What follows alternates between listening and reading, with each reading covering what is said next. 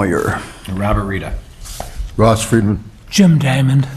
The board is here tonight to work together with all of you, property owners, architects, neighbors, and interested citizens to continue the long tradition that allows Lake Forest residents and businesses to work together to preserve the qualities and the unique character that make Lake Forest a special community. We recognize the personal importance of each petitioner's request. Our goal is to respect the needs and desires of property owners while balancing the interests of the community as a whole to preserve and enhance its architectural character and landscape streetscapes. For those of you who may not be familiar with the Building Review Board, the types of projects that come before us are those in which property owners are requesting a variance to allow a home that is larger than permitted by the code, are seeking a demolition permit and approval of a replacement structure, or otherwise involve issues that cannot be fully resolved by city staff. It's important to note that over 95% of building permits are issued by the city without any need for board review. Thus, the board typically deals with the most challenging and sometimes controversial projects. The City of Lake Forest is committed to conducting open and fair meetings. To achieve this goal, the board has adopted meeting procedures, and all parties will be provided an opportunity to speak. These procedures are outlined on the agendas that are available at the back of our room. This meeting is also being broadcast on cable television. Speaking on behalf of the entire board and city staff, our objective is to provide a review process that is thorough, fair, and without unnecessary delay. And with that, our next order of business on the agenda is consideration of the minutes. I've asked to put forward a motion that we delay review of this until next month. I'd move to actually extend that, move it to the next meeting. Second. All in favor? Aye. Any opposed? All right, we will review the minutes for next month. And to be specific, that's the minutes from the October 5th, 2016 meeting. Next on the agenda is continued consideration of a request for approval of the demolition of the existing single-family residence located at 854 West Everett Road and approval of a replacement residence, attached garage, overall site plan, and conceptual landscape plan. I welcome the petitioner, whoever's representing the petitioner, to approach the podium, introduce yourselves, and in the meantime, have there been any ex parte communications or conflicts of interest to be made aware of? Okay, great. With that, welcome. Oh, I'm sorry. Sorry, thank you. Go ahead. Brain cramp. Up too late last night. And way to wear the pride there. Yes. My name is Parman Senga. I'm an architect. I'm the architect on this project at 854 Everett Road.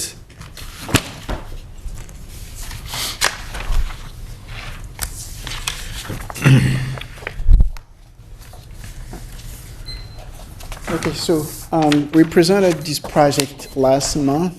So I'm going to try to focus more on the items and the issue that were raised last month. And give more explanations on how we've addressed the board concerns. Okay. A quick recap. The house is located on Everett Road. It's the only, all houses, neighboring houses are a whole house over 50 years old. None have been renovated or rebuilt. So our structure will be the first that will be newly designed and rebuilt on that street. On that portion of the street. Streetscape, that gives a little illustration of what is there right now. Most of the houses, the neighboring houses are 1.5 story houses with some commercial property further away, but the near neighbor are 1.5 story high. On the opposite side of the street, the houses are mostly 2.5 story tall. And this is a picture of the current house. For this house, we suggested we're choosing to use the French eclectic style, asymmetric.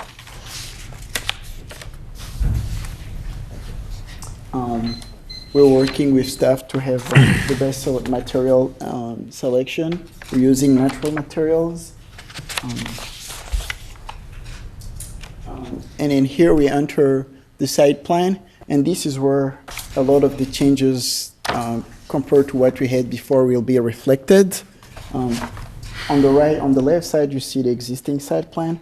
On the right side is the new site plan.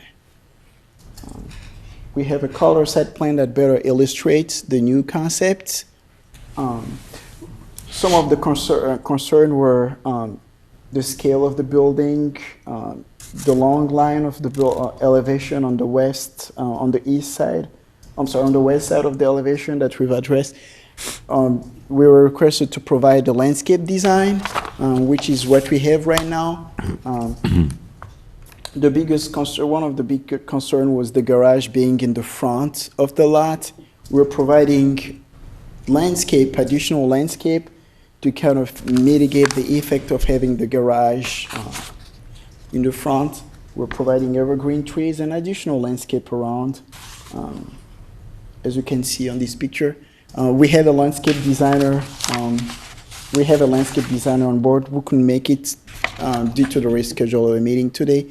But her notes and her description of the new landscape design were provided to the staff. And we were requested to provide a fence detail, and here is the design of the fence. We're trying to keep it as minimal as possible because we want the focus to be on the landscape and on the house. And we also want it to be consistent with the style of the building. The brick that will be used on this column will be consistent with the brick that will be used in the house. A big concern that staff had was having to do with the parking, the drive to get in and outside of the house. We have addressed that issue by moving the building further back and creating more room in front of the house. That gives us enough clearance for a car to drive in and out. Also, to address an additional concern from the board, we've provided landscape spaces between the house and the driveway. And as you have seen on the landscape plan, we're using concrete and decorative pavers on the driveway to make it look even nicer. We've broken down the west elevation that you'll see shortly in the elevation to make it more interesting and less long. The second floor has had just occurred minor changes. We've simplified the roof line. And this is the front elevation. Right now, the tower is more prominent compared to what we had before. It's further centered to the house. And we've made all the windows on the second floor consistent compared to what we had before. And on the first floor, the windows are consistent as well. So we've made a lot of simplification and made everything a little more consistent throughout.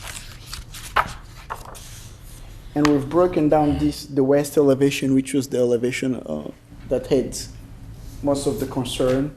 Now we can clearly see two masses. Windows on the second floor consistent, same as the first floor.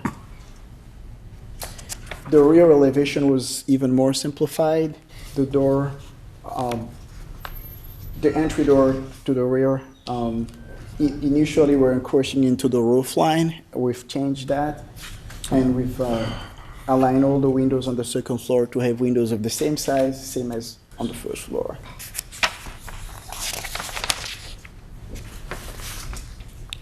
And here is the east elevation. The garage door will be consistent with the French style as well. And here is the 3D rendering of how the house will look like.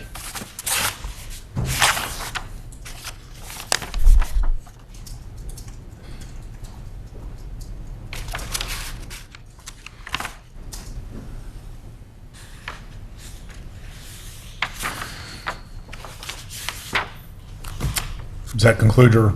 Yes. Okay, thank you. Kathy or Kate, any comments? Thank you. Just a quick few notes to add. The landscape plan was further developed. The city's arborist reviewed the plans. He noted that the plan is acceptable, that all of the required replacement inches are reflected in the plan presented tonight. There was additional screening added along the property lines and in front of the garage to further mitigate the massing of the garage at the front. The proposed gates and piers are in full compliance with zoning regulations, so those do appear to be acceptable. I did want to quickly note that the proposed plan tonight is 12 feet over the allowable square footage.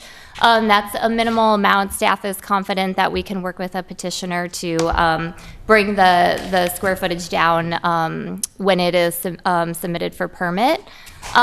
So we are recommending approval of the petition. The changes made do appear to be responsive to the board's direction made at the last meeting.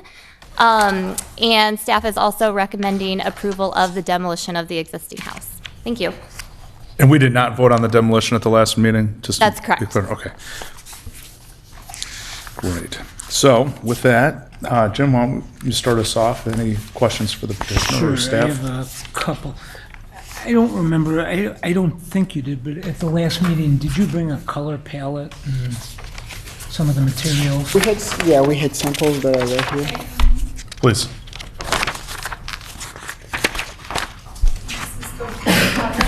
Thank you. Thank you. And it's real limestone or, Real limestone. So is this for the coins? Yes.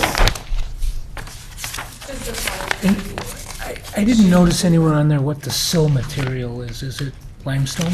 The seal material, limestone, yes. Limestone, okay.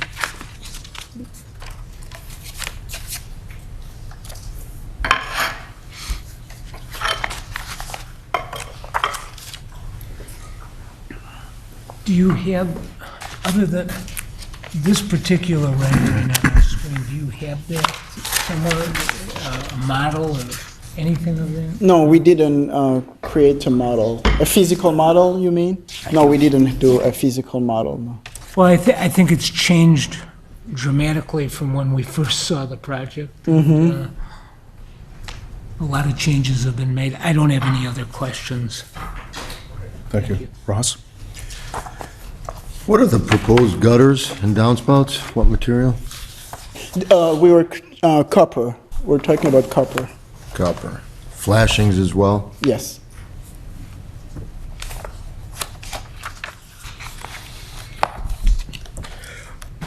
Why does the driveway, the throat of the driveway, have a slight cant to it? Oh, because we're aligning to the existing driveway. We're trying not to change the existing driveway. That was the simple answer to that. So, Just in terms of its location, Yes. it will be new, but you wish to use the existing gravel base, or? yeah, we're thinking about using the existing driveway location. We're not trying to create additional curb cut or change the curb cut. We're just working with what we have and then build upon it, shrink it to meet the minimum requirement, 16 feet for driveway. And we're just working off of the existing curb cut and driveway.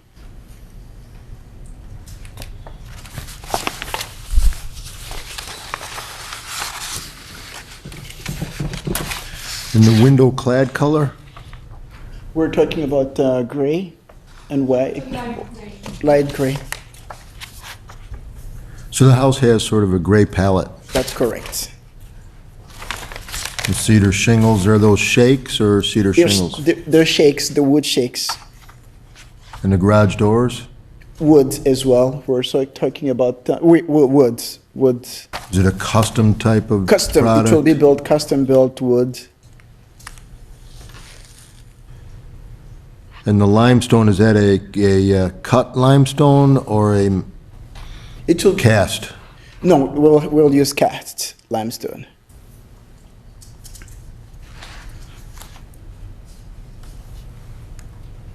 Thank you. Thank you, Ross. Bob? Can you show me the west elevation? The west elevation? Sure. There you go. Well, where were that gentleman standing there, or to the left side of the picture? The windows look different. I'm assuming you're gonna keep the same muttons going across. Yes. All right, so it's just gotta be one. Yes, that was just missed. That's a line that was missed. Yeah, we're not planning on omitting the mountain on that specific windows, no. Thanks. Can you show me the east elevation?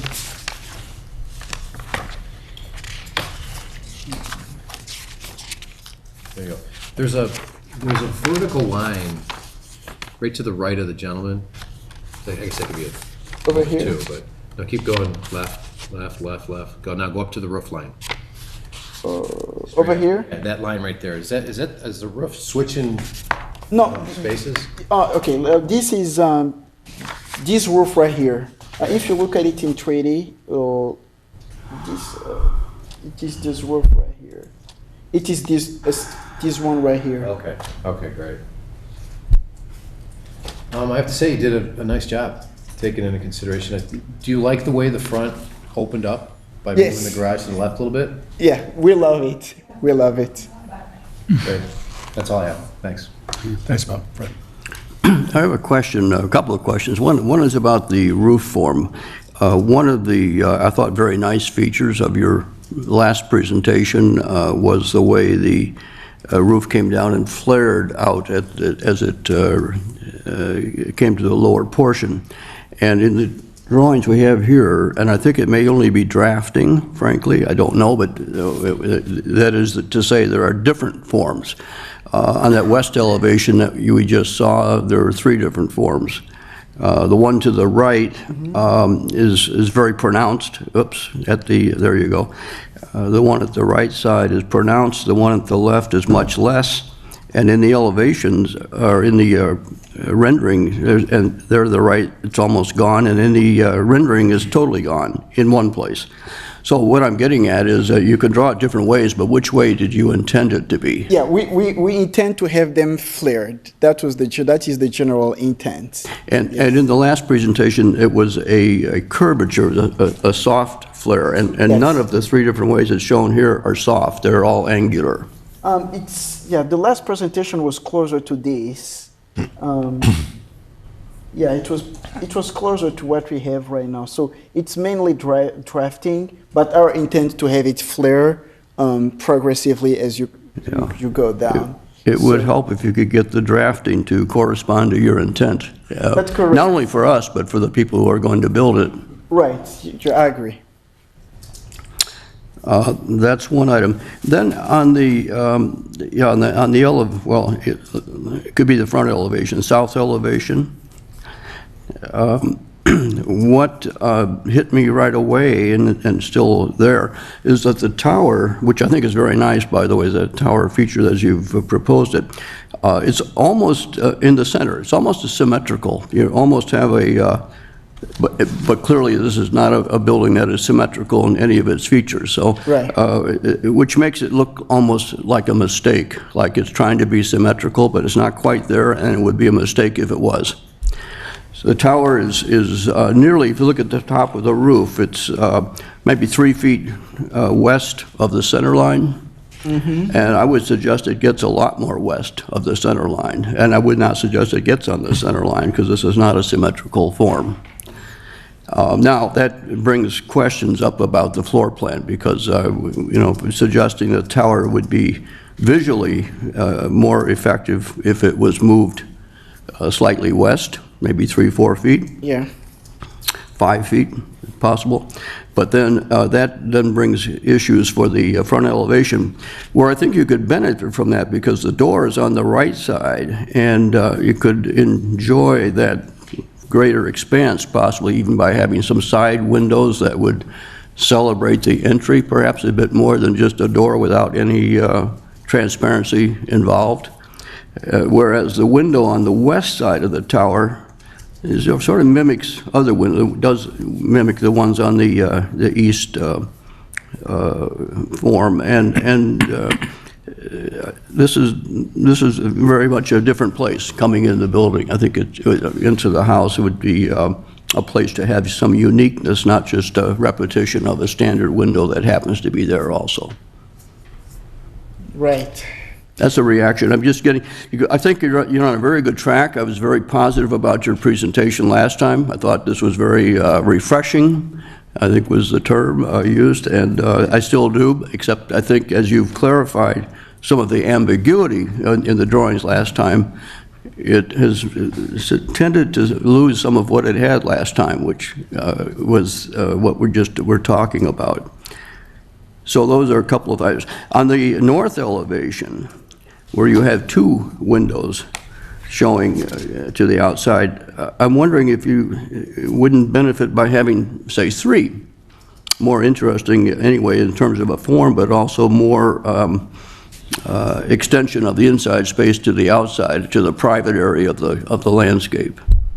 It's just a question. Now, in the floor plan, it's all open space inside, so I don't see the windows being driven, the window locations and sizes being driven by the floor plan. They've got just a big, nice open space.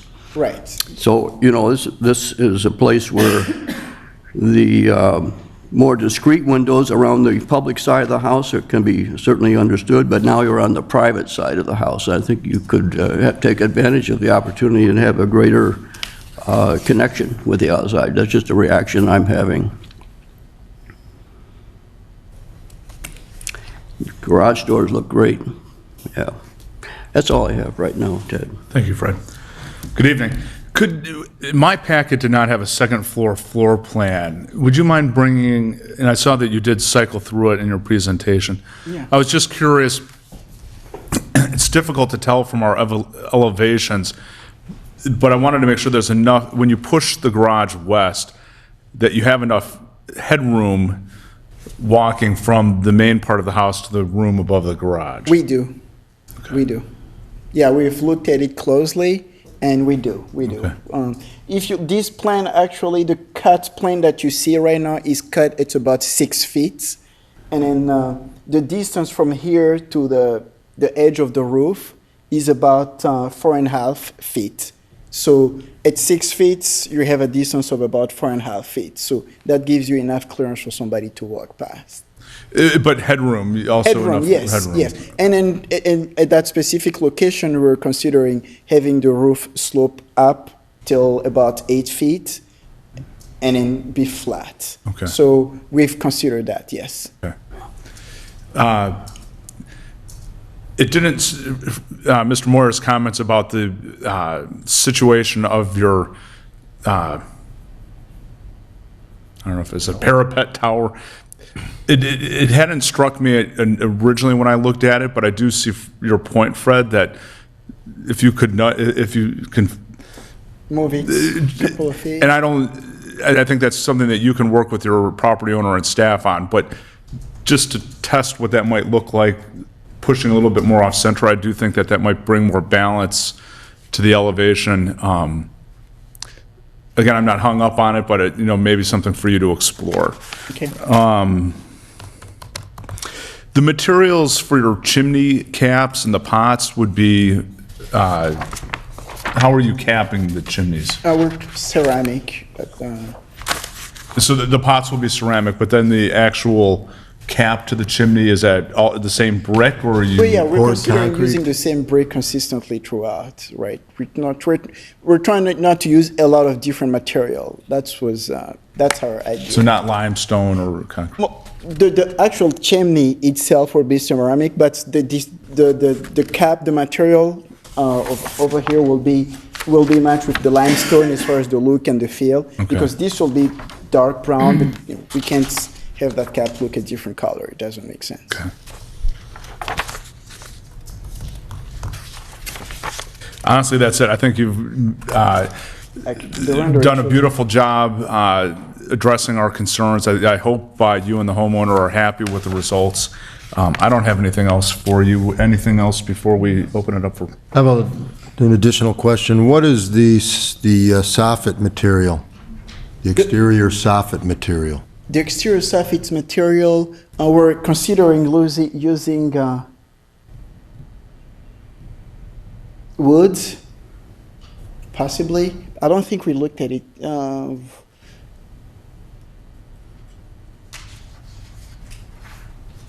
I will consider using wood.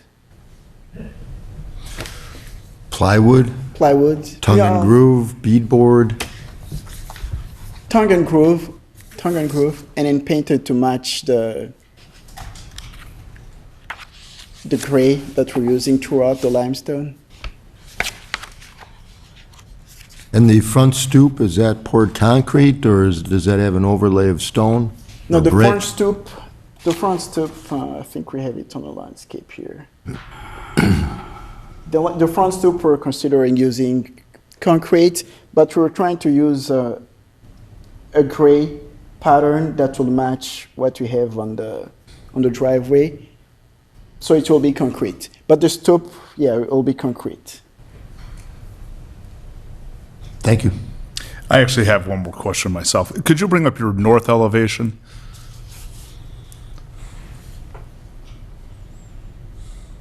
Yeah, there you go. The arched windows are so close together. I'm curious if you looked at alternatives where you put some spacing in between it that might help define what is a very nice feature of the doors better.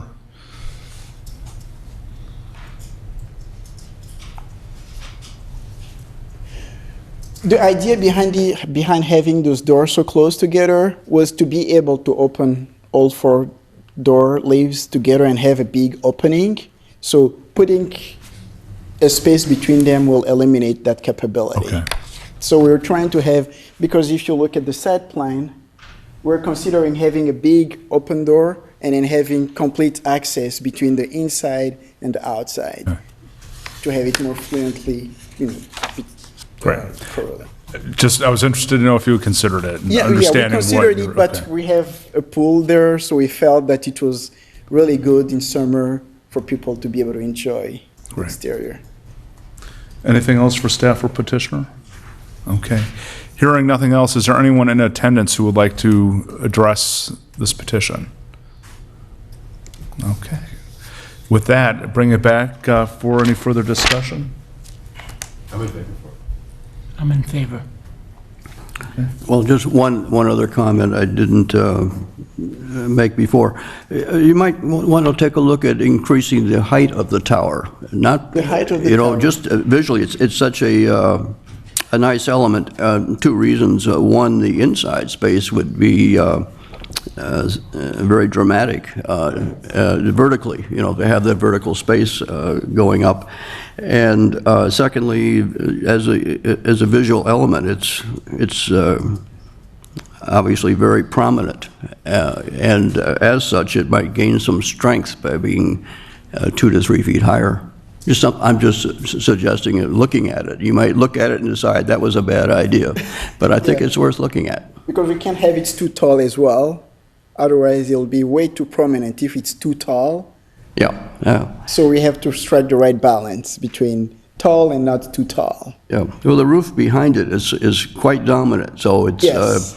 it's got an awful lot of background, and so the star of the show is, maybe needs to be a little bigger. That's just something to look at, I think. It's very nice. What you've shown is very nice. I just think it might be even a little nicer. Right, well, we want the perfect house. Fair enough. Anything else? Do I hear a motion? First, we have a motion to approve the demolition. I'd move to approve the demolition of the property. I'll second. All in favor? Aye. Any opposed? Any is okay. Motion to approve the demolition passes. So I'd move to approve the plans as submitted, subject to the conditions in the staff report with these addendums, that the gutters and the flashing maintained, that are gonna be copper, that they consider with staff when they're reducing the square footage, that the north elevation have more than 2 windows, and that they also talk about moving the doors apart or together, per the comments today, as well as taking a look at moving the south tower a little bit left and Yes. a little bit up, West. all in conformity with the regulations. And the 1% overage, the condition is that will be Yes, absolutely. That's- accommodated. Remedied That will or be accommodated. brought in keeping with the FAR. As an additional addendum on that motion, that you will comply with the bulk. Any other discussion? Okay. I second that. All in favor? Aye. Any opposed? Congratulations. Thank you. Good luck with construction.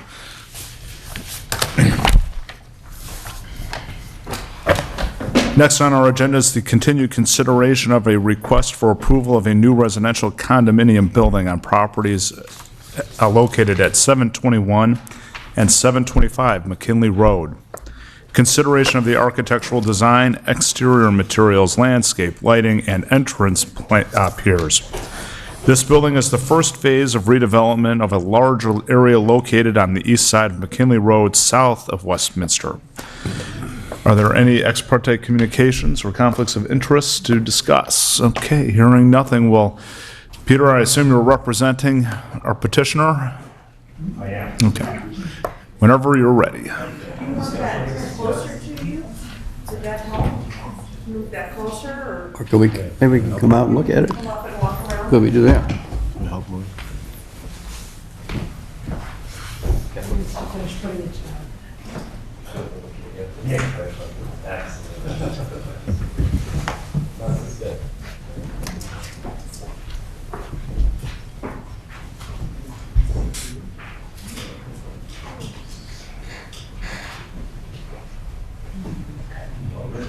You know, they aren't cardboard, they're actually pom-poms. So, and they're not edible either, so they look delicious, don't they? Yeah, I know, I thought so too. Okay.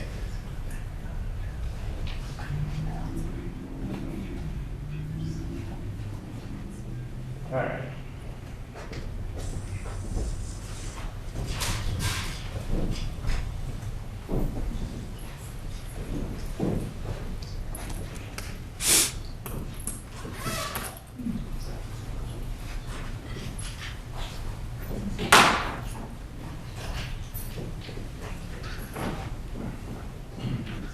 I guess we're using this as show and tell time. Yeah. Well, I think this is great that you can get up and see it close and scoot down like you're going to see streetscape. Really, it is. I have a lot of pieces that we put together. We studied a lot of things with it, and this is. I just put what we have. Sort of. We came to conclusions with this. The model was, I thought, pretty effective in terms of understanding certain aspects of the overall design. But I do think it really is a building that. If you're watching, hold on 1 second. Let's get this in order.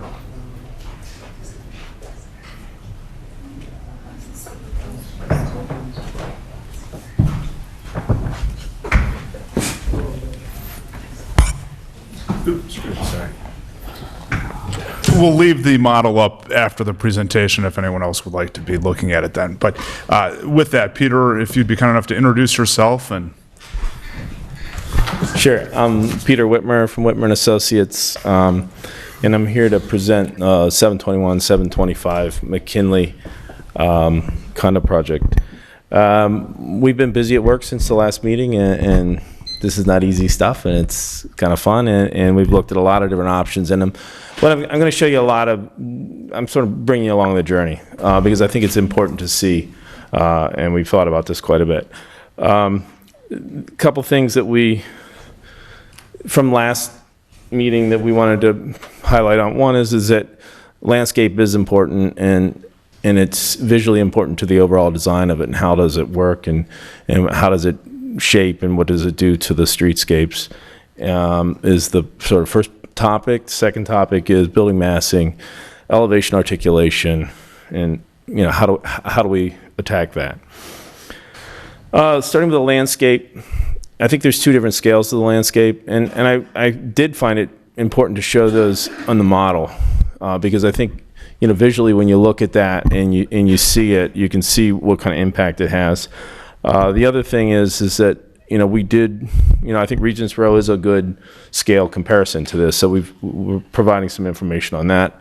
And then the second layer of landscape being the smaller scale at the streetscape, the sidewalk scale, the privacy of the units, and then the outdoor spaces, and how do they really relate to the neighbors, and how does that work. We've worked with This is just the model with the buildings on there, existing buildings.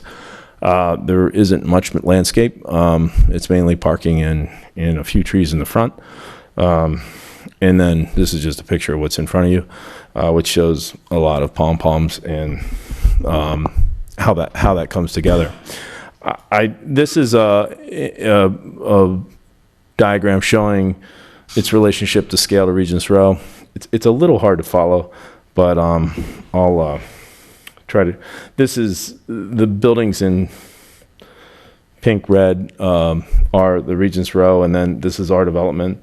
So you can see that our building is about 40 feet shorter than the one building at Regents Row. The relationship across the street is very similar. This is just kind of the opposite, where it takes our buildings and puts them on Regents Row to show the scale of the project to that. The streetscape in terms of that, the street that divides the community is the same, 50 feet between buildings and 22 feet for the road, which is exactly the same. The other thing that I note is that the trees are approximately 20 feet on center. This is a picture of Regents Row. If you didn't get a chance to go up and see that, it's now yellow, so it's changing. I did Photoshop out the one building, which would be somewhat in our future phases open space, but you can see how the trees dominate the visual of that. Yeah, this is a rendering just showing what ours is, and so it will be, when the leaves of the trees are all out, it pretty much is just green. I just took these, and you can do this because a lot of people look at models and they look at it like they were from the heavens above, when really you need to get down on your knees and sort of see it down through to see how these things really look and feel. So these are just streetscape, but I think you can see here how the amount of landscape and size landscape really affects the overall mass of this building. This is the Mariani's plan, and Colleen is here from Mariani if there's any specific questions that I can't handle. She can answer those. I just have a few highlighted things. We break down the landscape plan in three pieces. One is what's on the streetscape on the McKinley street side, and our thoughts is to have parkway trees that really march at a cadence down McKinley to really replace what has died, and also relate to our building in terms of them being on the edges, and so that we have this sort of center axis, visual axis that you can see through, not only from the inside of the units, but also from the train station and across the tracks to our building. The other piece is the south drive, and I think we talked about that. And then the last piece being the north, which we're filling in with some trees. There's a little bit of holes. There's very mature landscape on the north side, but we're adding some understory. Other points that I would point out is the hedgerow along the edge of the sidewalk, which adds some privacy to these outdoor spaces, and then the additional smaller woody plants that really make that a visually interesting place to be, not only from inside, but also as you walk over and along the sidewalk. The same hedgerow sort of mimics on the south side. I thought it was good to go look at existing condos in town for a couple different reasons. One, to understand how they did their massing and elevations and what that was about. What made them look like, I think this question came up, what makes the buildings look residential? What are the qualities of these buildings that say people live in it instead of go to work in it? And then I think what really came clear to me was what color, the hue of the color and its relationship, and how much that visually impacts the streetscape, which took me by surprise, actually. I think we think about the massing, but I'm going to show you the renderings and the variations of what we've come up with, and we can talk about the different colors between the light limestone, light brick, and darker brick. And so I wanted to look at that in terms of buildings, and this is Crystal Point, and done in the early 60s, which is a period that people don't necessarily think too much about, but I think the idea of the porch, the balconies, I do think it's interesting. They put little shutters on there to to indicate, which are a little, I don't know if they were added, I don't know if they're part of the original design or they're added, but they have these little projected bays, pretty straightforward. Across the street, 1301, and they have the balconies in pieces which tell you the residential. I'd say the closed balcony doesn't allow you to see plant material and those sorts of things. While it hides stuff, it also is somewhat interesting. This is on Laurel. This is actually one of the back, relatively straightforward brick kind of piece. This is over in Oakwood. And I just noted here how, and I apologize for it's tough to see in the screen. The translation is not great, but the darker brick and the darker windows and how it really recedes. In these photographs actually show it more than on my screen. But, this is the back side of it. So this would be the Bank Lane side, their service drive. Again, how it's sort of nestled into there with the landscape. Compared to a similar style, this is over on Laurel. And when when you have a white window frames and how much with a darker brick that it really does pop out. This is from the streetscape. And so just thinking about those things, 13, this is on Northwestern and sort of an older building that, is broken into two by this tower element. Another one on Laurel, which is lighter, had a limestone base and a tower element that came in for entrance. The backs tend to be pretty straightforward with porches. This is on Laurel too. This is, when we try to put a mansard roof on sort of a square building and what happens and how that works in terms of, is it really successful in breaking down the scale and does it really work that well? Another building on Oakwood, which used a mansard. And again, the light colored brick and windows really, I think, pop out at you. So we did a bunch of design studies, and I'll go through those. The main ideas were the following. That this is the original design, or the first design that I showed last time, and this is really what we are at now, where the corners are. We really look, this is Western or McKinley on the face, so that we've really articulated the corners. So this is a 4-foot setback for the wall piece. The balcony is now projects out a foot past this. On the sides, the corners are broken out and project out 2 feet.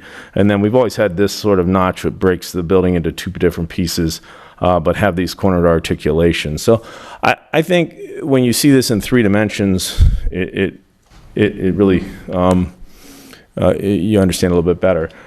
These are just model studies that we did. We did all the models for all these schemes because we thought it was important to look at it in the model scale. This was the original one perspective that we presented last time. And I had to agree that I thought that, it does look like an office building. And so, I think one of another quality which we felt strongly about that works from the inside and the outside is the use of balconies and French doors and railings on the elevation, which we think is important. This is the idea of lowering the corners, sort of keeping these flat roofs and projecting them. Then what happens if we add the stone base to that? How does that, visually affect it? If we added a mansard across the front in the corners and with it limestone, this would be if it's all brick. And I think, some of these studies really showed us that limestone building is going to be really prominent. And I think we are absolutely leaning toward an all brick building with more of a limestone base with limestone headers and detailing. This is if it's a limestone base. This was an idea of lowering the roofs and then having a shallower pitched roofs on the corners.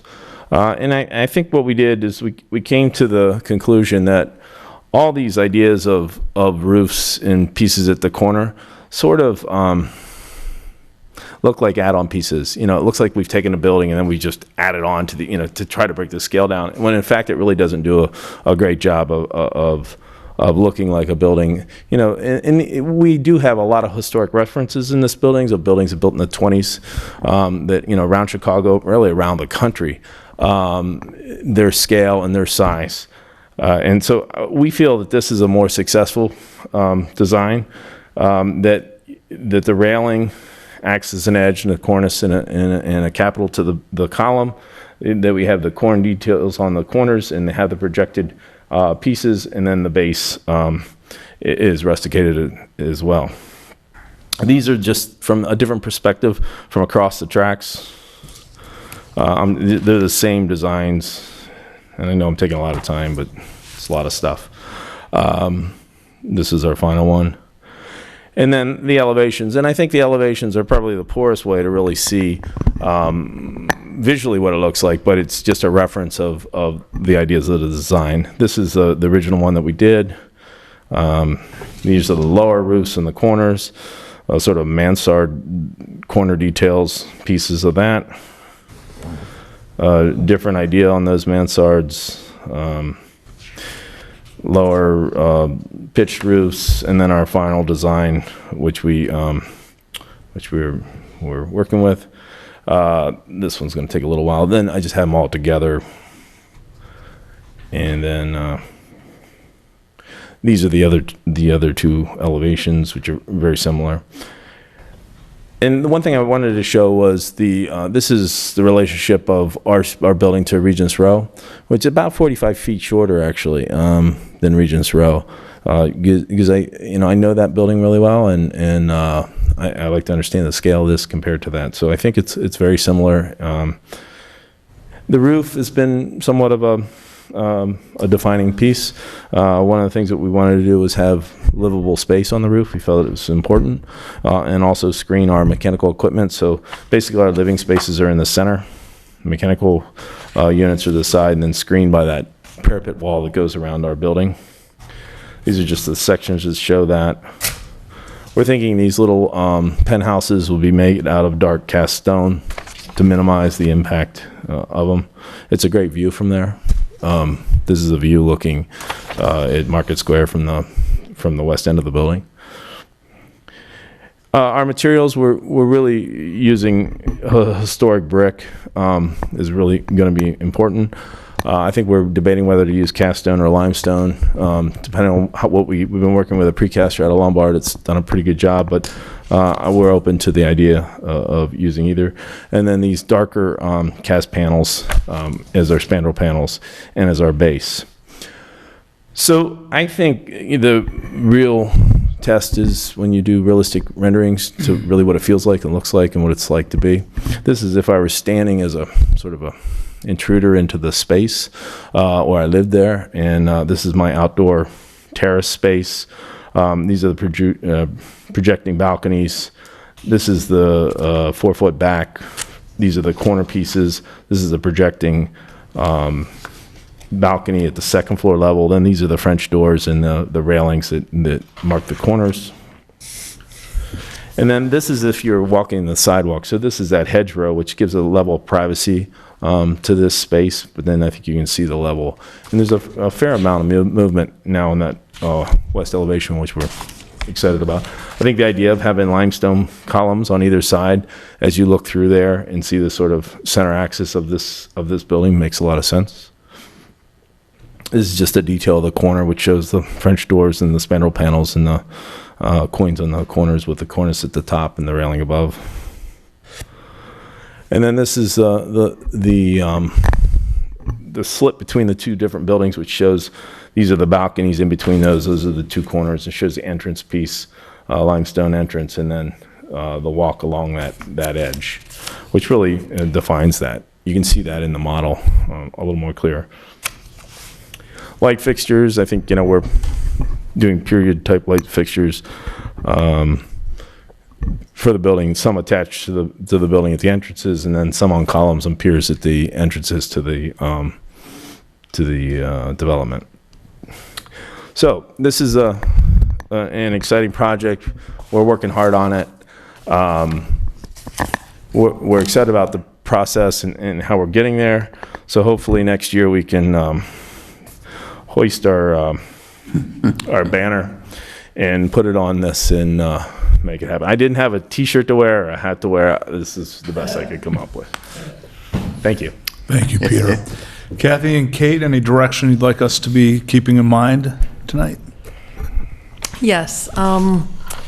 This project has been in discussion in various public forums for the last several months. It obviously is a very prominent site. The plan for the properties on the east side of McKinley Road near the train station to transition from office to residential has been around at least since 1998. The comprehensive plan that was updated at that time stated a preference for seeing this area transition. There was a more recent ad hoc committee that looked at this area, reinforced the idea of this being residential. So the idea that this area is going to transition is pretty well documented and has been supported both by the Plan Commission and City Council. There are a number of concurrent discussions going on. The Plan Commission is looking at the broader area, which involves all 3 office parcels, which are under the ownership of a single developer, as well as the city parcel, 361 Westminster, where the Historical Society is currently located. That is a long, narrow property. The future of that property is being considered by the Plan Commission. The City Council is also looking at that. The City Council is balancing an interest in providing some additional land to the north side of the library to accommodate perhaps some future improvements with circulation or parking, perhaps the addition of some open space, but the council is balancing that with perhaps the ability to get a little bit of revenue out of that property. So the decisions about the entire site, the decisions about exactly how the city property is going to be used in the future, those are really the purview of the Plan Commission and City Council. This building has been advanced to the Building Review Board to allow review of the overall massing of the building, the articulation of the building, architectural detailing, exterior materials, landscape, and lighting. So this building, as it sits today, is in conformance with the zoning. Those 2 office buildings, the 2 north office buildings, could be demolished, and this building could be developed by itself, even if nothing else was happening in that area. So it is appropriate for the board to be focusing on this building and really doing your work and evaluating the design, providing guidance to the design. You've seen a lot of different concepts here in response both to your comments, to public comments, and to the Plan Commission. Given the prominence of this site, the staff report does suggest that the board might want to consider a subcommittee for this project. It really would be an opportunity, as you've done with other significant projects, for 2 members of the Building Review Board to meet offline with the developer, the architect, to really talk through the details of the building, provide some direct input, and then bring the final design back to the full board for public comment review and hopefully move it forward with an approval. So just a suggestion for you to consider, given the magnitude and importance of this project. Thank you. Thank you, Kathy. Fred, why don't we lead off with you with any questions for the staff or petitioner? Not questions. Comments will come later, I take it. No, I don't have any questions right now. Okay. Bob? I feel a lot of questions. That's why I'm kind of in favor of this subcommittee. It's a big parcel. It's a significant parcel. With all the basically significant architecture in the area, Market Square, we've got the library, you've got the church on the corner on one side. Yeah, I know the long-term intent is to develop this whole property. And can you put Regent's Row, the picture of Regent's Row back up here?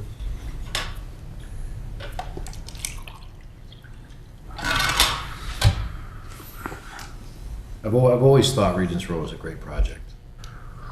And I really liked the way that the very front of Regent's Row, the front that actually literally fronts onto McKinley. Is it McKinley? Western. Fronts on Western. Just that visual with the copper windows on top and the streetscape. So there's 2 points two questions I want to ask.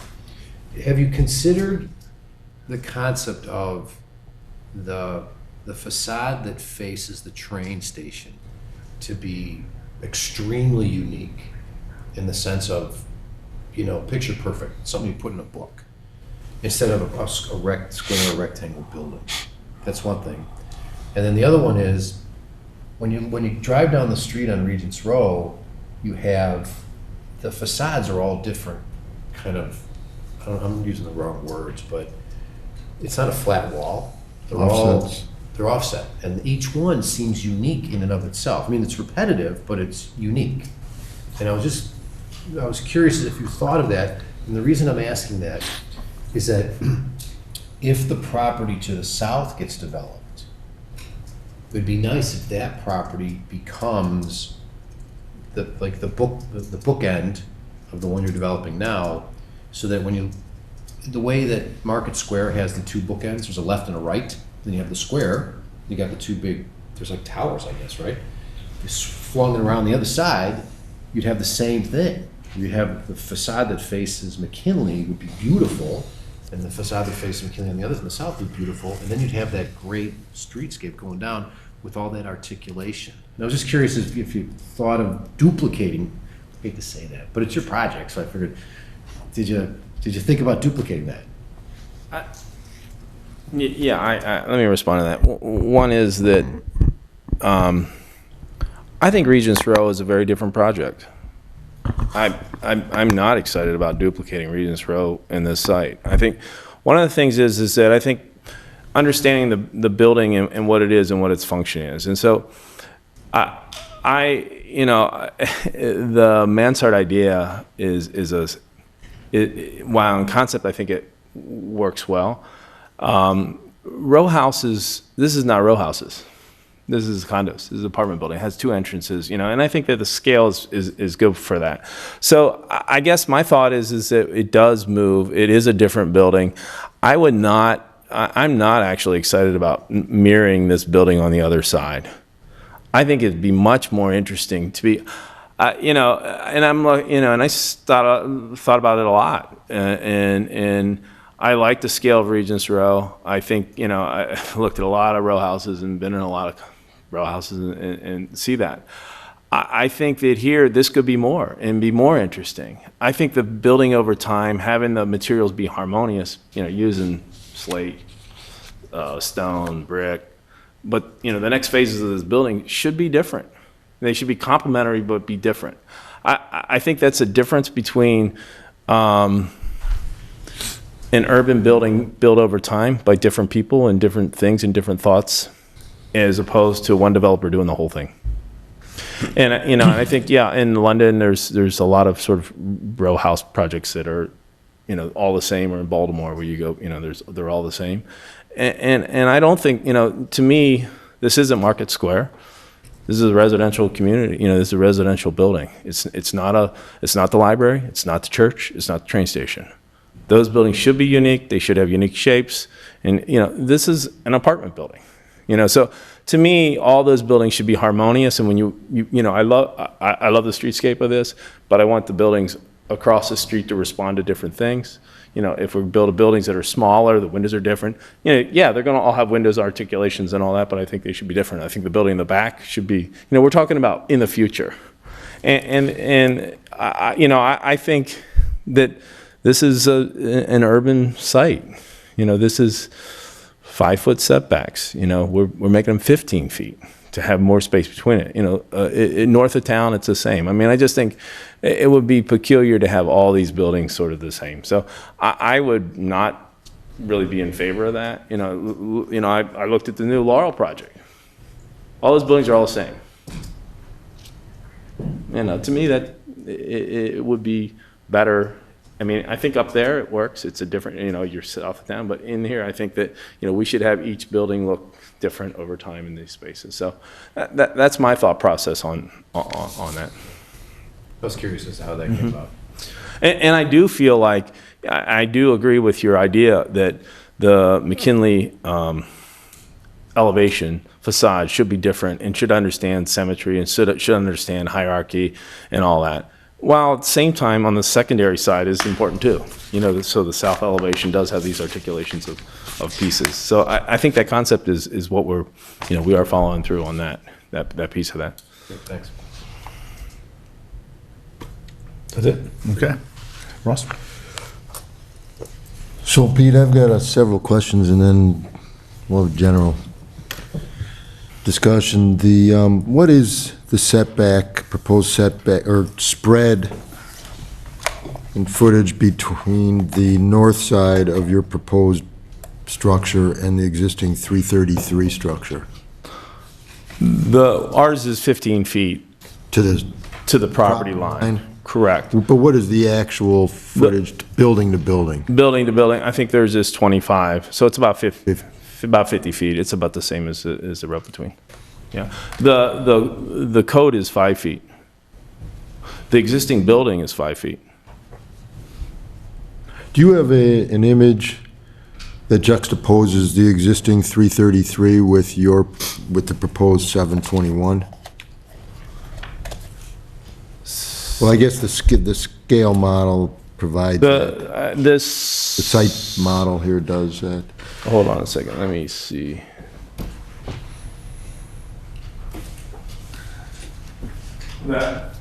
Is that what you're talking about? Yes. Correct. Yeah, so that existing two-story building is 5 feet off the property line of the 721 building, or the 333 Westminster building, yeah.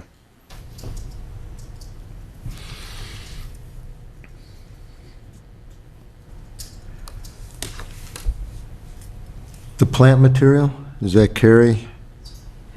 Colleen? Connie? Colleen? Colleen. Colleen, sorry. Colleen Barkley with Mariani. Hi, Colleen. Hi. Could you address the thoughts currently with regard to the plant material? Just a general overview? Sure. So on the west McKinley facade, as Peter mentioned, we have the proposed hedgerow that basically with a little bit of a elevation that goes down towards the front terrace. It's more of a garden terrace feel to what would be the residences, and then from the streetscape, we'd have a hedgerow that would probably be in the 4 to 5 feet to give that privacy.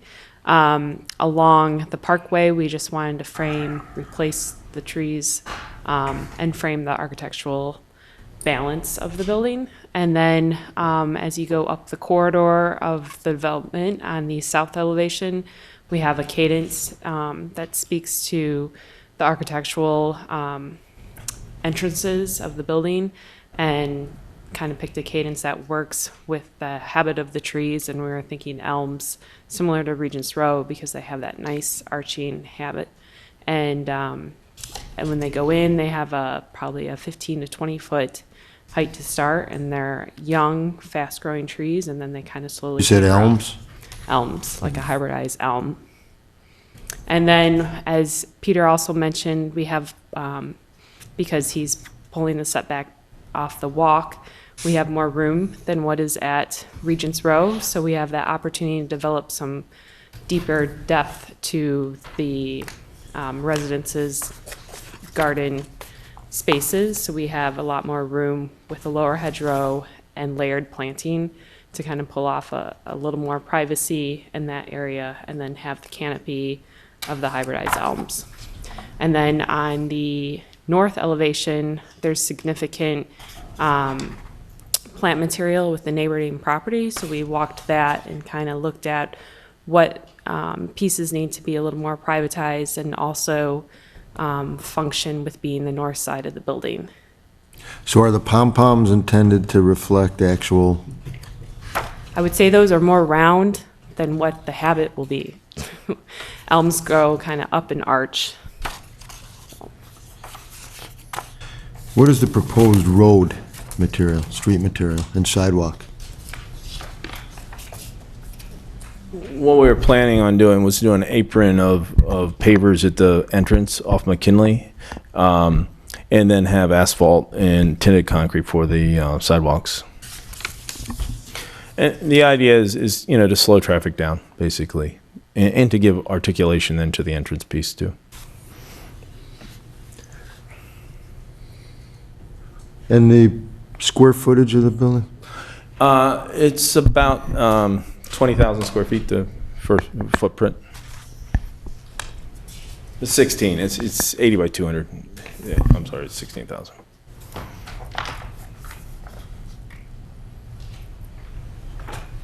Kathy, you mentioned that it meets all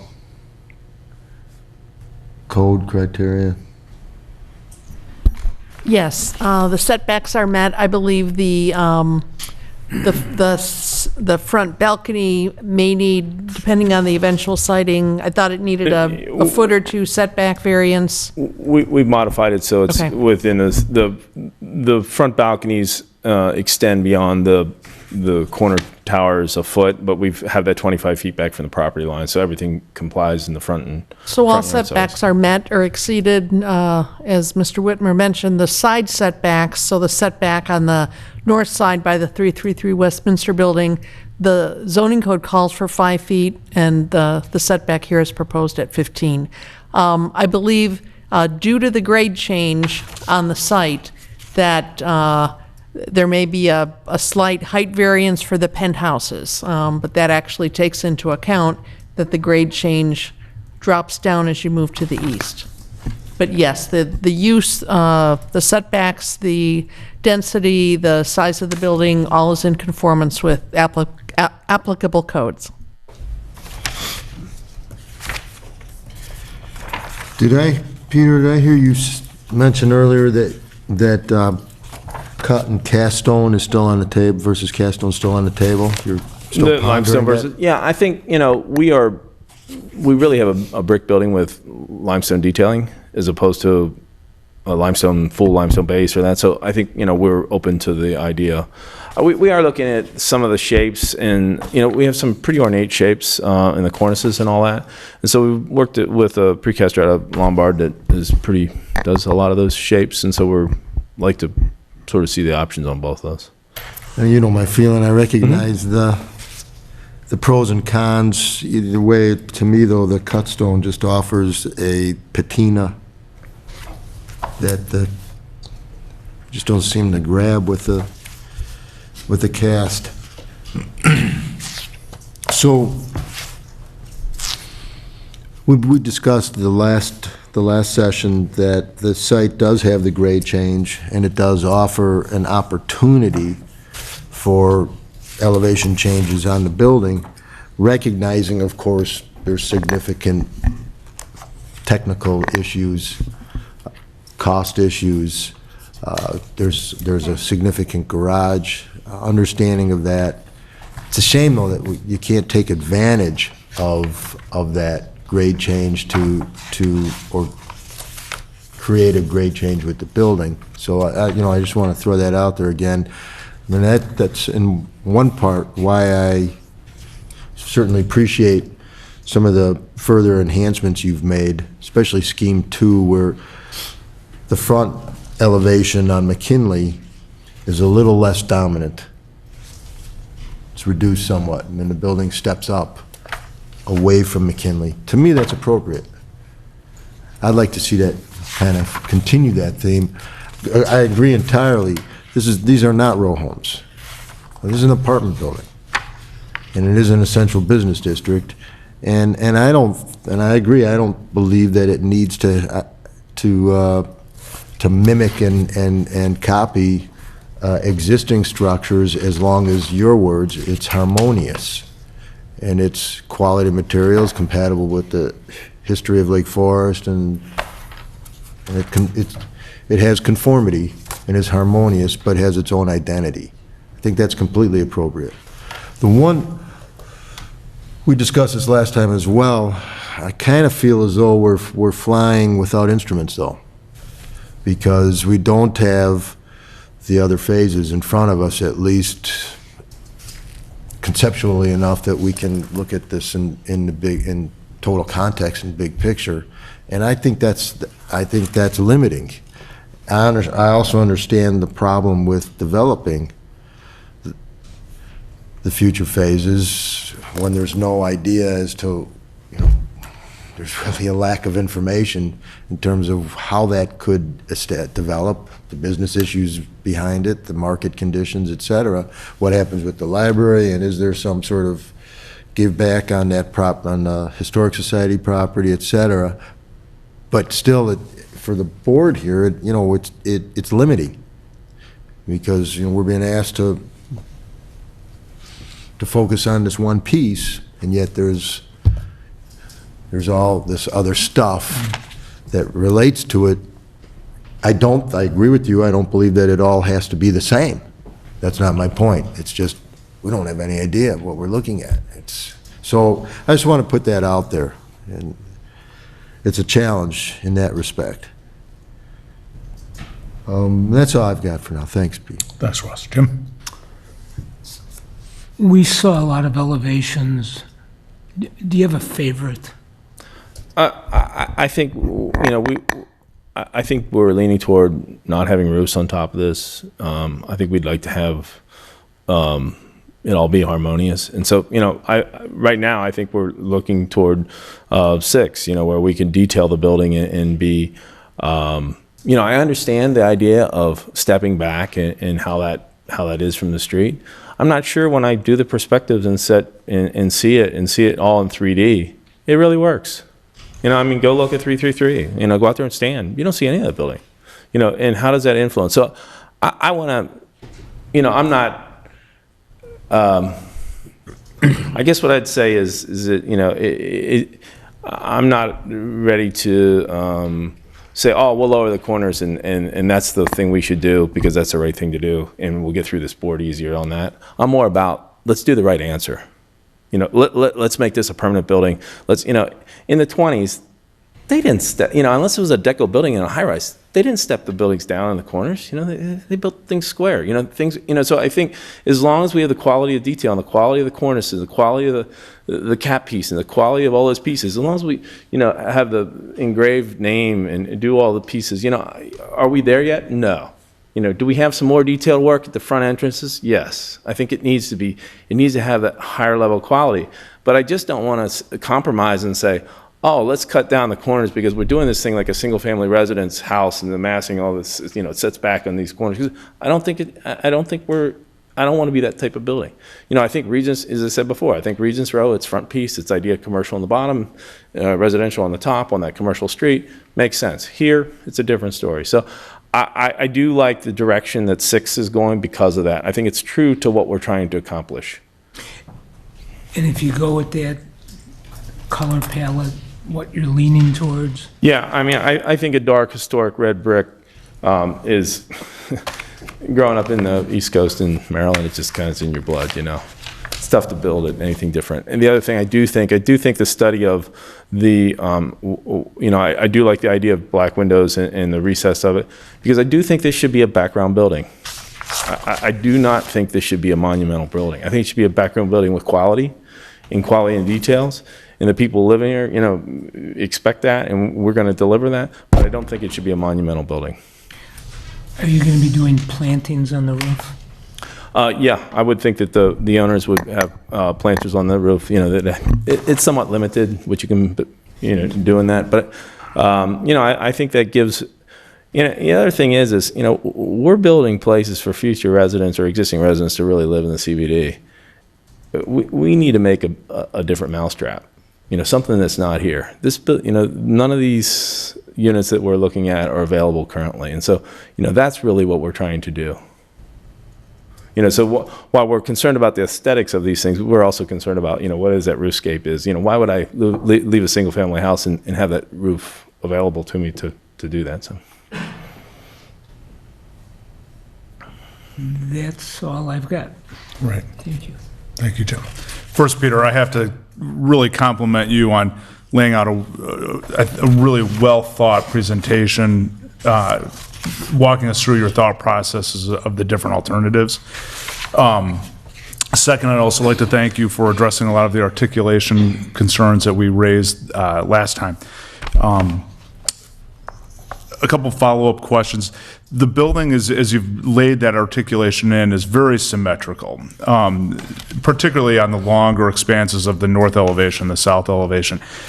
Did you give any consideration to making it less symmetrical? Do you think it's important to be symmetrical? What, how does that work? You know, there is this idea of the interest, by pulling out the corners, I think it allows us to do some certain things. The floor plans make the entrances non-symmetrical on those things, which is somewhat problematic too. I think that the entrances could, you know, both entrances probably ought to be unique from one another, other than just their address numbers. You know, is a very subtle way of doing that. You know, do I think that, I didn't like the idea of the limestone going all the way up and subdividing that elevation on the first scheme. I don't know if you remember that, but you know, I thought it was too strong of a piece, but maybe we need a little bit more on the entrance piece. I do think there's an interesting play between the balcony, and it's hard to pick up the difference between the balconies and the railings and where they're located in terms of the double hung window and how that plays off each other, because there is a pull out in on that. There's a lot going on this, you know, I think you look at this, you know, you have to really look at it in 3D. And you have to see all the projections and all the pieces, because I think if you just look at it on that elevation, you go like, oh my God, this is a big, you know, we don't look at buildings like that in Lake Forest. You know, you guys don't see buildings like that other than like at Conway or some, you know, Office Park or something like that. So, you know, I think we are looking at the minute detail of that. I really think that front door elevation, you know, should we have projected awnings out on that like you would in a more urban type thing? Probably a good idea. You know, probably something we should study. You know, I'm really open to the idea of having a. This is a prominent site. Obviously, we're you know, we want to do the best job, and you know, working with a subcommittee or doing that, really, I think we could benefit, because there's a ton of details. You know, there's a ton of stuff, and it's hard to get all that information to you guys. You know, and to filter through that and to make that really work. Right. On the north elevation, from what I can tell, it really doesn't look like you have added any articulation other than the corners.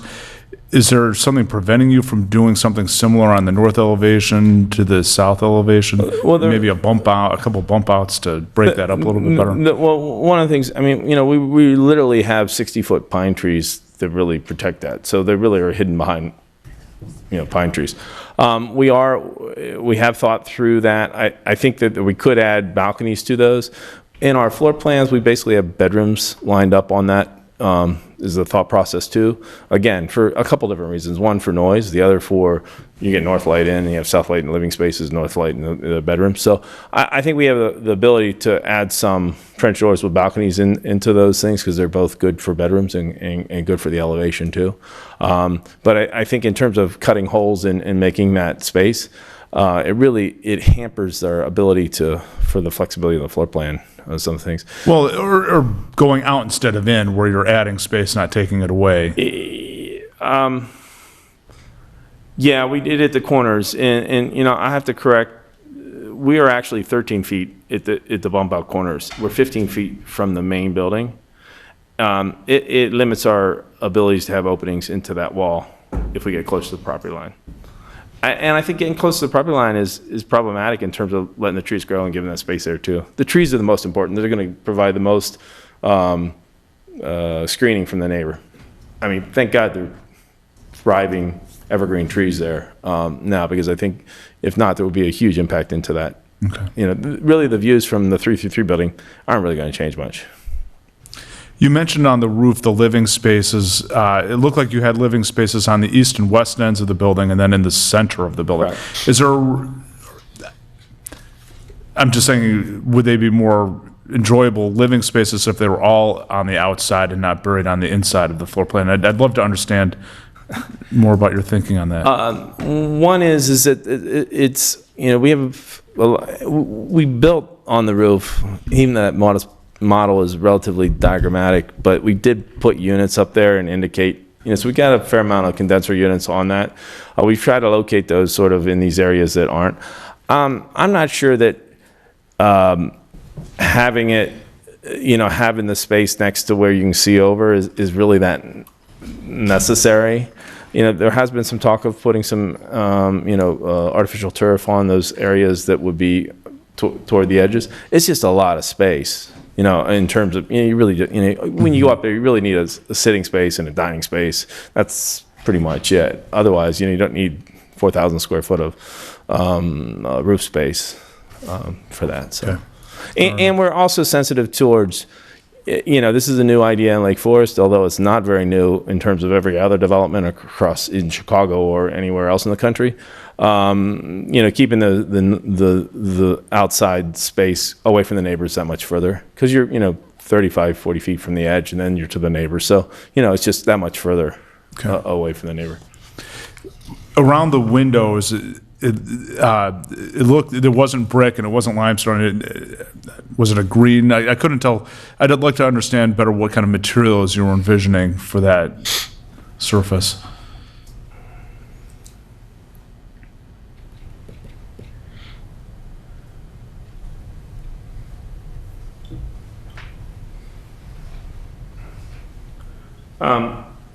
Really what we have is, and these are, in the last presentation, I did sort of these exploded bay details of all the pieces.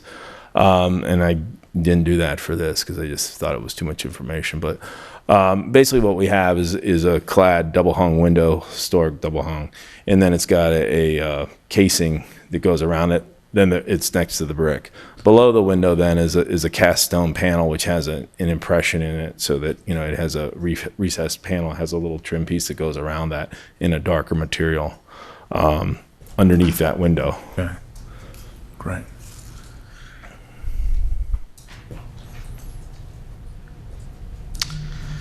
That covers my questions. Anything else? Any other questions for the staff or Peter? Okay. Hearing that, I welcome anyone who's in attendance tonight if you'd like to ask the board or petition or anything. All right, Mr. Miller, please come to the podium, introduce yourself, you know the drill.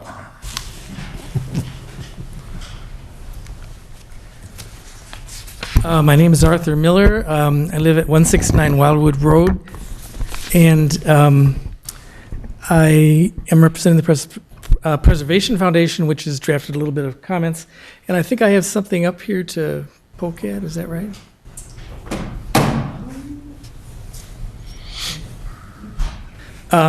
So we've been working on this a little bit also, and just wanted to put in a few points. That we've known for some time about the city's wish to have this land on McKinley developed in one plan. We've agreed to this, I guess we agreed conceptually, the city agreed to it more firmly, that the little structure, the old structure, be torn down that's back there. And we're again urging flexibility and careful progress on all the matters relating to this development. The exterior character of the proposed multi-family residential building is interesting in lots of different ways, and it presents unique problems and challenges and advantages. It's a wonderful location, and it helps enhance the central business district by having more residents living down there, which is really great. We hope that the extraordinary architectural quality, classic, traditional style, and historic materials south and west of the classic, in the classic era context of this building, that they could be considered as keys, but it's important about how we think about that is. Not to something necessarily to copy, but something to react to. It's part of the walls around this. This is a highly sensitive space. The classic buildings on the south, we've listed the library. I guess my little thing isn't here, but that's okay. Oh, okay. That's fine. Everybody knows what the library looks like. You just see mostly the dome from this point of view. And if you're standing in front of the place, you see the little church, which is at the corner. And I think that was Howard Van Doren Shaw, who died, increasingly I think of it as very prematurely at the age of 56. But I think he wanted to continue with his sort of market style along there. I'm not saying that that's what we should do, but it shows that there's more of that market square style at the corner. Then across the street, there are a couple of buildings, 3-story buildings that were built 1895 and 1903. And then if you look west, you have Market Square. And particularly from this building, you see the North Tower, which was, this plan went through 3 plans. First one in 1912, when probably David Adler was involved, and they probably had a lot of sharing time about that, being on slightly different pages. I can imagine it'd been fun to have been there at the meetings. Then there was a third one, or second one, and then there was a third one later. The second one, there was a shorter park originally. It was more filled in with buildings. The second one put a library at the west end of the place, which later sort of morphed into the rec center that's there, or the old, it was originally a gym there. And then the third one was, and the real reason for it was, it didn't, oh, thank you. It didn't pay for itself. Whoop, this one. Okay, well, there's the dome is in the background there, and I'm from the ground surface here. There's the church on the corner, and you can see the 2 3-story structures across there, which are quite a bit lower by there. Then, okay, this is what you come to really next. And this is in the foreground now. And even though it's a dark and dismal day yesterday, you'll be able to see a little bit that this building, some of its strengths or the diversity of its facade came out with the recent renovation, because they used 2 colors of mortar. The pink mortar is in between the buildings on the between the bricks on the wall, but at the windows and at the coins at the corners, they used white mortar, and it actually was raised there, but nobody ever noticed that, and that's been all re-articulated. They're doing something, I think, up at the top with the half timbering up there, but this is probably, it was the largest suburban station in the Chicago area when it was built for the Nuencia Club crowds earlier in the century, 1900. This was built. It's been restored. It's probably one of the most important railroad restorations in the Middle West for a small station. And now that the exterior is completed, it's part of what you're looking at here. So there you see the station in relation to the tower behind it. For Market Square.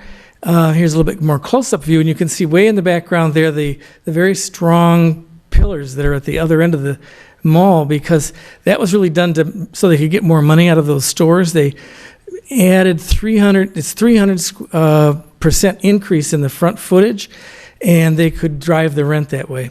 There are apartments up above. And here you see again, we're moving along, you can see lots of gable ends. He used lots of gable ends, and he was echoing notice the similarity between the Einstein's building and the railroad station, gable ends. There's a little bit here, you can see the 1998 building that was added by the Peregrine Bryant from England to sort of fit in. I'm sorry to interrupt you, but if you could try and connect this to, I understand the bigger picture, but... Okay, so the point would be that these are excellent and kind of prominent features, and so that you don't have to compete with them.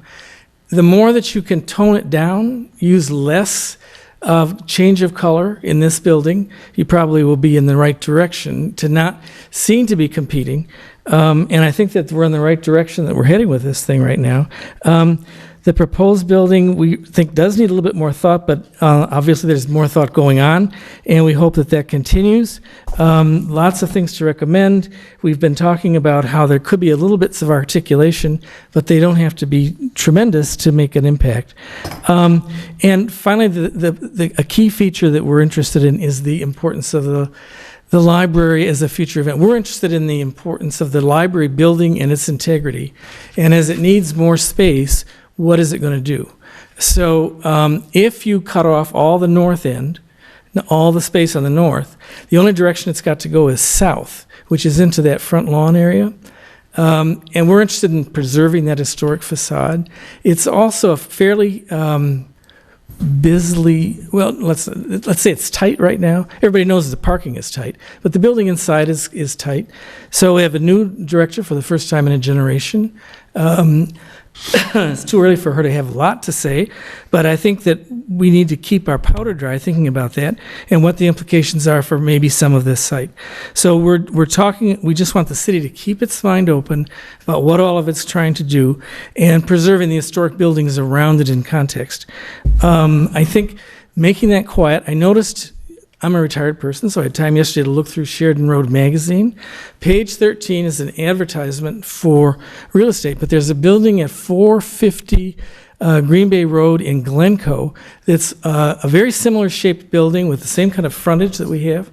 And it's red brick, but it's articulated in different ways.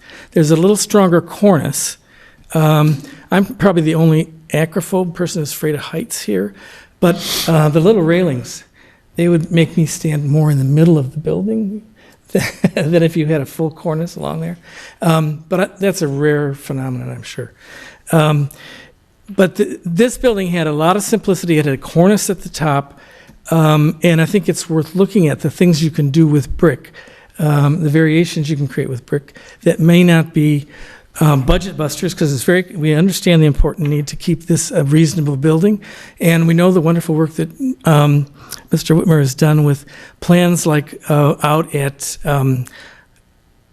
Lake Forest Academy, where the main house is the dominant thing, but he's been able to be secondary and not calling nice buildings all around it, but not really detracting from the main building.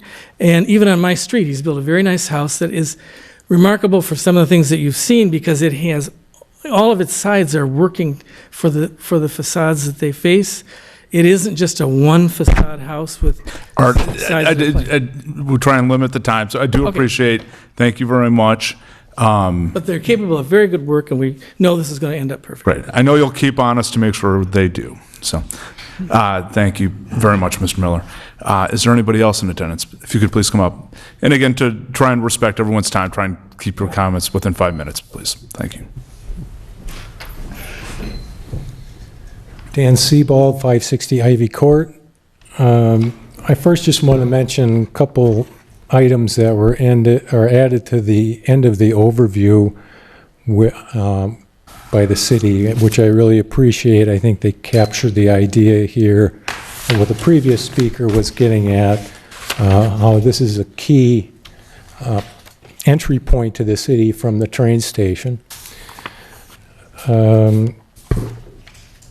With that in mind, I just say generally, I'm not really pleased with the architectural style for this building. I don't think it fits the historical context for the city. It's too industrial initially. The changes still look kind of like it belongs on a university campus, a modern university campus.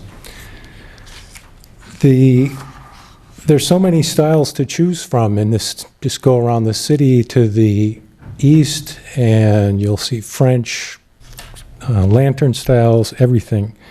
So I don't think it's the idea of making the buildings the same. It's to make them complementary. And I agree that some of the developments that were done recently where the buildings look the same, I'm not real thrilled with that.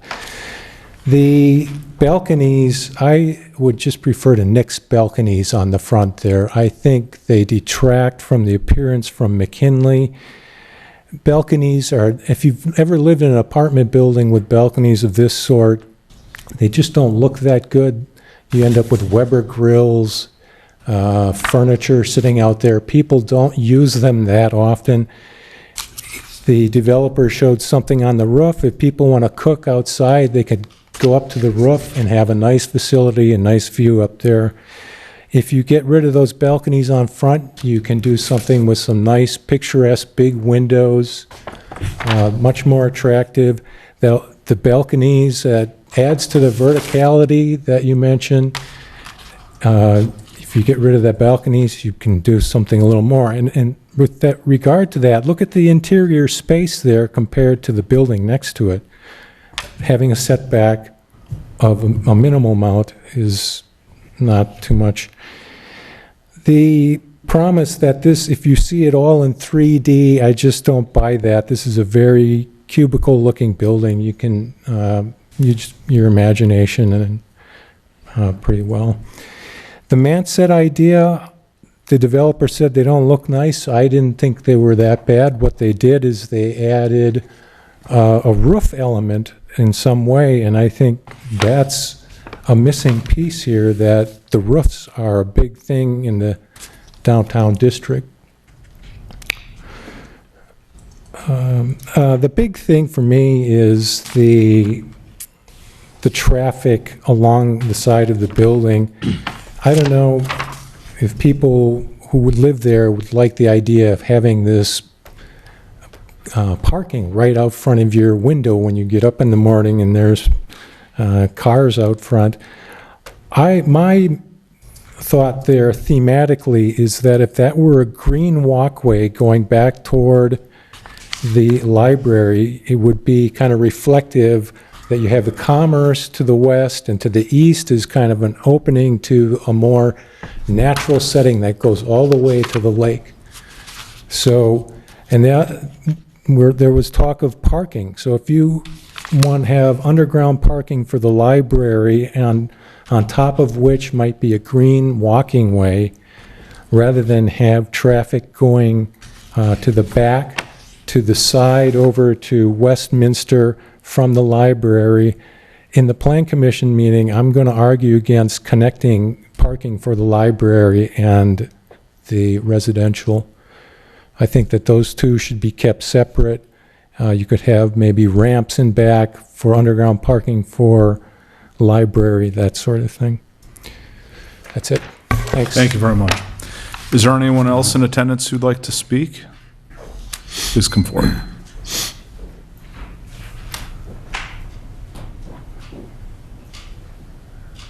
And Peter, I'll ask you to address all of them in one shot at. We're done. Thank you. Ruth Brueggemann. I'm at 55 Farnham Lane in Lake Forest. I represent the Board of Directors for the Lake Forest Church of the Covenants. As I have stated in a letter to the Building Review Board, I realize that you're going over the building materials, but also the massing. And while we recognize the developer's need to produce something that has a return on their investment, we still believe that the original massing of the first two lots is huge. But our primary concern, again, is with the second phase, which would be directly adjacent to our residence there at 697 McKinley Road. Ma'am, because we are not considering anything other than what we're seeing here tonight, if you could focus your comments on the petition in front of us. Basically, our concern is that the precedent set on phase 1 will be the precedent that is used for phase 2. The precedent for phase 1, we believe, is unacceptable for the lot in the phase 2. We would like to be considered that either there not be a precedent or that phase 2 be included in this discussion so that we understand where the setbacks are going to be, how big the building is going to be, how tall it's going to be, so that we have an opportunity to discuss it. So that's our primary concern, plus the fact that we recognize construction in that area is going to be an issue. So those are our primary concerns. We appreciate it. The massing model is a big help. However, the massing model does not show you what it will look like if phase 2 is completed, which is part of the reason for asking for it, so that you could see the whole mass of this construction and how it's going to affect the surrounding properties. Thank you. Thank you. Is there anyone else in attendance who would like to speak? Okay. Before I come to you, Peter, Kathy, perhaps you could address the comments raised about construction and setbacks and the city process for phase 2 consideration. The Plan Commission, in its continuing discussions, will be looking at an overall master plan for the site. This building is before you, and your approvals will apply to this building only. It doesn't dictate that any future buildings in this area built by this developer or some future developer would necessarily have to be the same massing, the same architectural style. Certainly, you would look at any future buildings in the context of what has already been built, but this approval would not guarantee any specific approvals of any design, height, materials for a future building. With respect to construction, as with any project, construction is disruptive. We would certainly work with the developer to minimize disruption to the extent possible. We would certainly be sensitive to the neighboring buildings, both the 333 building and the house, the single-family house that's located to the south, as well as to the library.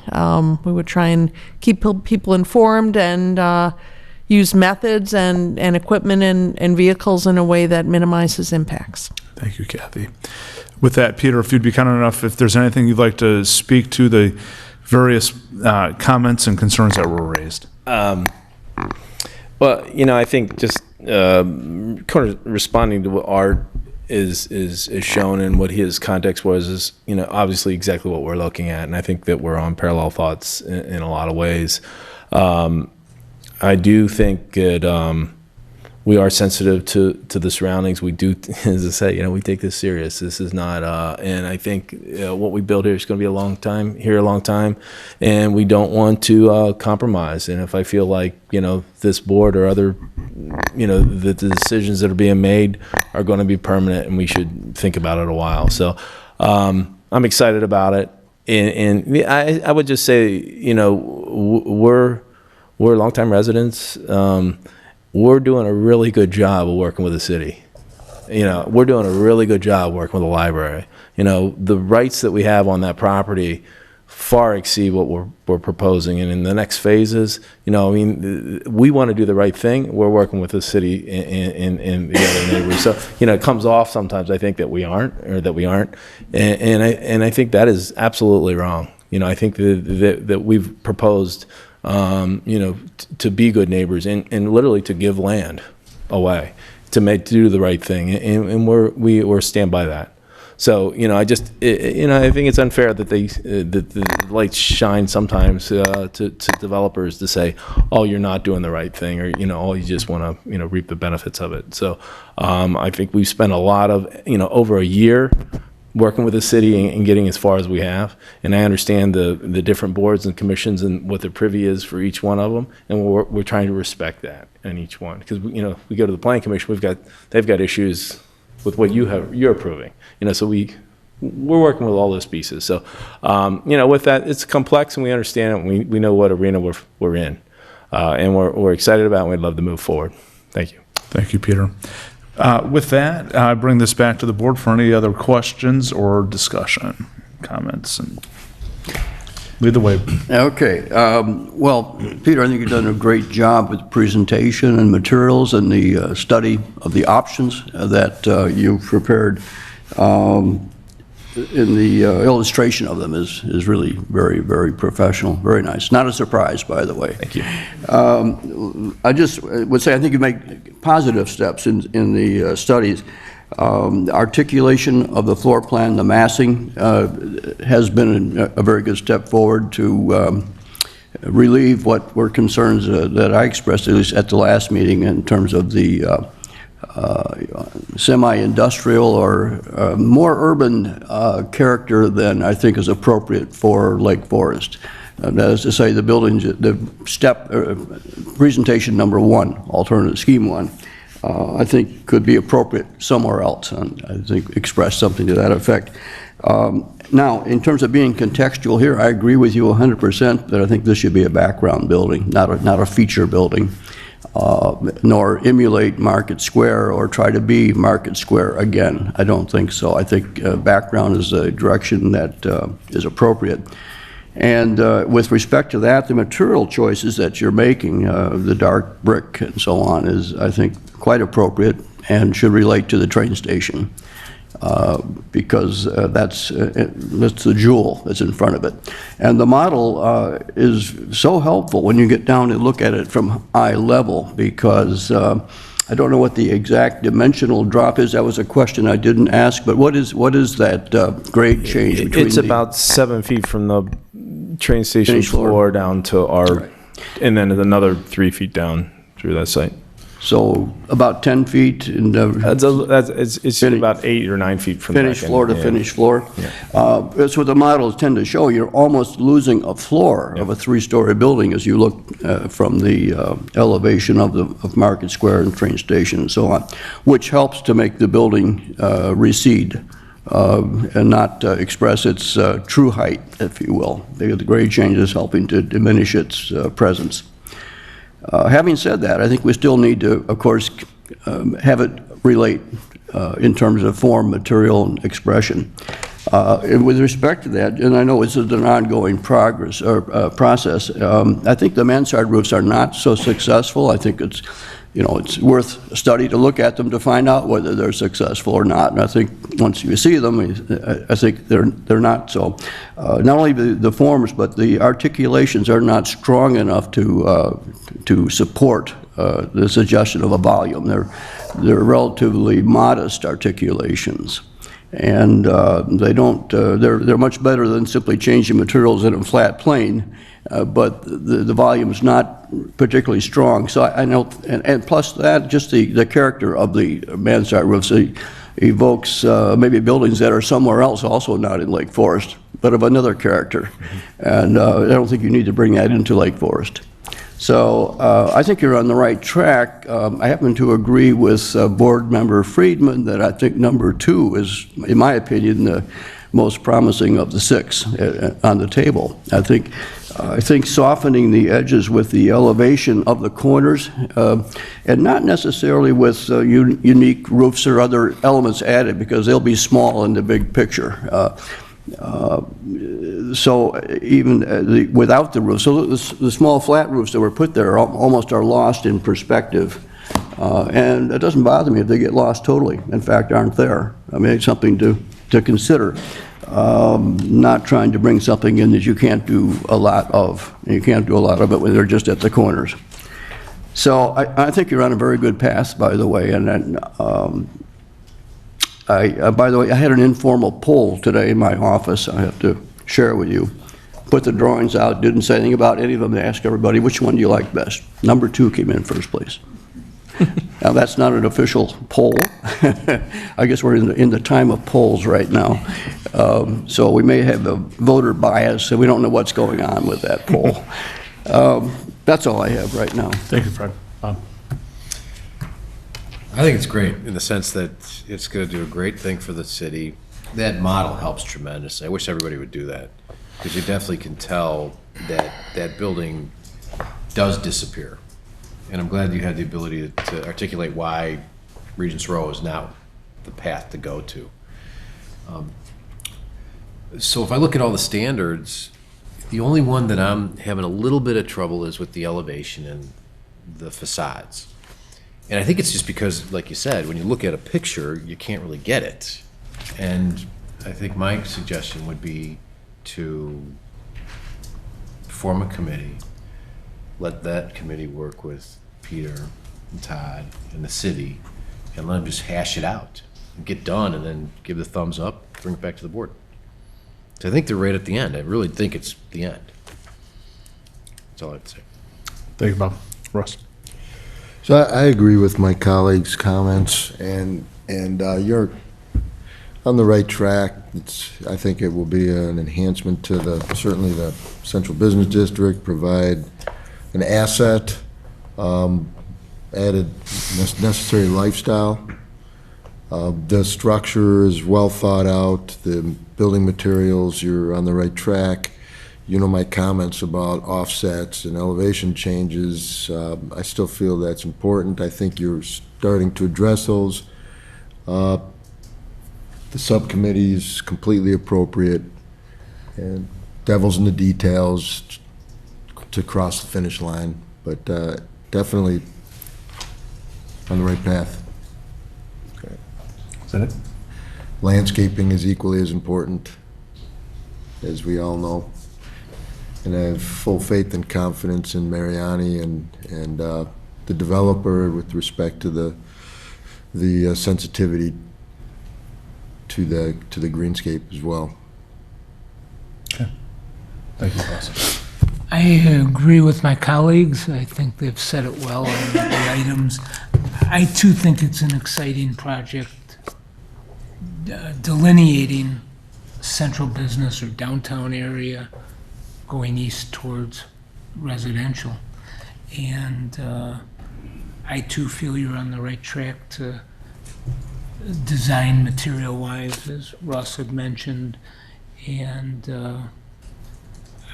I am awaiting your redesigns or further updates on materials and elevations, so, good. Thank you, Jim. Peter, again, the presentation went light years to helping put a lot of context to evaluating different alternatives. I think the case that you made about focusing on the darker tones, de-emphasizing lighter features, that really helps that building disappear and solve a lot of massing concerns.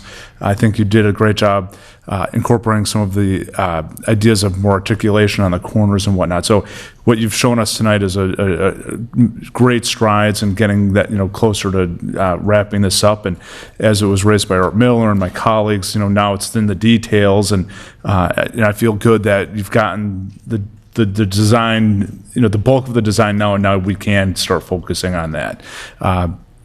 Among the alternatives that you showed us, just as some of my colleagues are expressing their personal preferences, Scheme 6 was jumping out at me as particularly, surprisingly, I wouldn't have necessarily thought coming into this, but seeing the different alternatives, I do think that 6 works very well. But again, we'll leave that. I think the idea of a committee to help sort through some of those nuances will help wrap that process up. I don't have any other comments. Anything else anyone would like to raise or discuss? Okay. With that, Do we need a motion? Yeah, I got a couple, actually. I'd move to actually authorize you as the chairman to appoint a subcommittee of the people you're choosing to work with Peter and Todd and any agent they want in the city to review or refine the drawings, to come to actually a presentable, or one drawing that they can present. any discussion? Second. Kathy, is that an appropriate motion? Yes. Second. All in favor? Aye. Any opposed? Do we need to make a motion to postpone, or just a simple act, the next step is this process? Incorporate in your motion that it's continued. So that was the second one I was going to make. That we move to continue it to a date to be determined by the city and Mr. Whitmer's group. So a separate motion that okay, so all in favor? I'll second Or that. second, thank you. All in favor? Aye. And we would anticipate that this would be back before you at your next meeting. Okay, Great. thank you. Peter, Todd, great job. Thanks. Thank you. With that, is there any other business anyone in attendance would like to bring forward? All right, Mr. Miller, not more than 5 minutes, please. That's to bring something else. Even briefer, Arthur Miller, 169 Wildwood Road. I just wanted to call your attention to, I mentioned the railroad station. On November 19th, a Saturday, from 1 to 3, there's going to be an open house to get a tour around to see how all that exterior has taken place and what all kinds of things were done in that process. There will be tours of the historic tunnel that was in use from 1900 until 1970.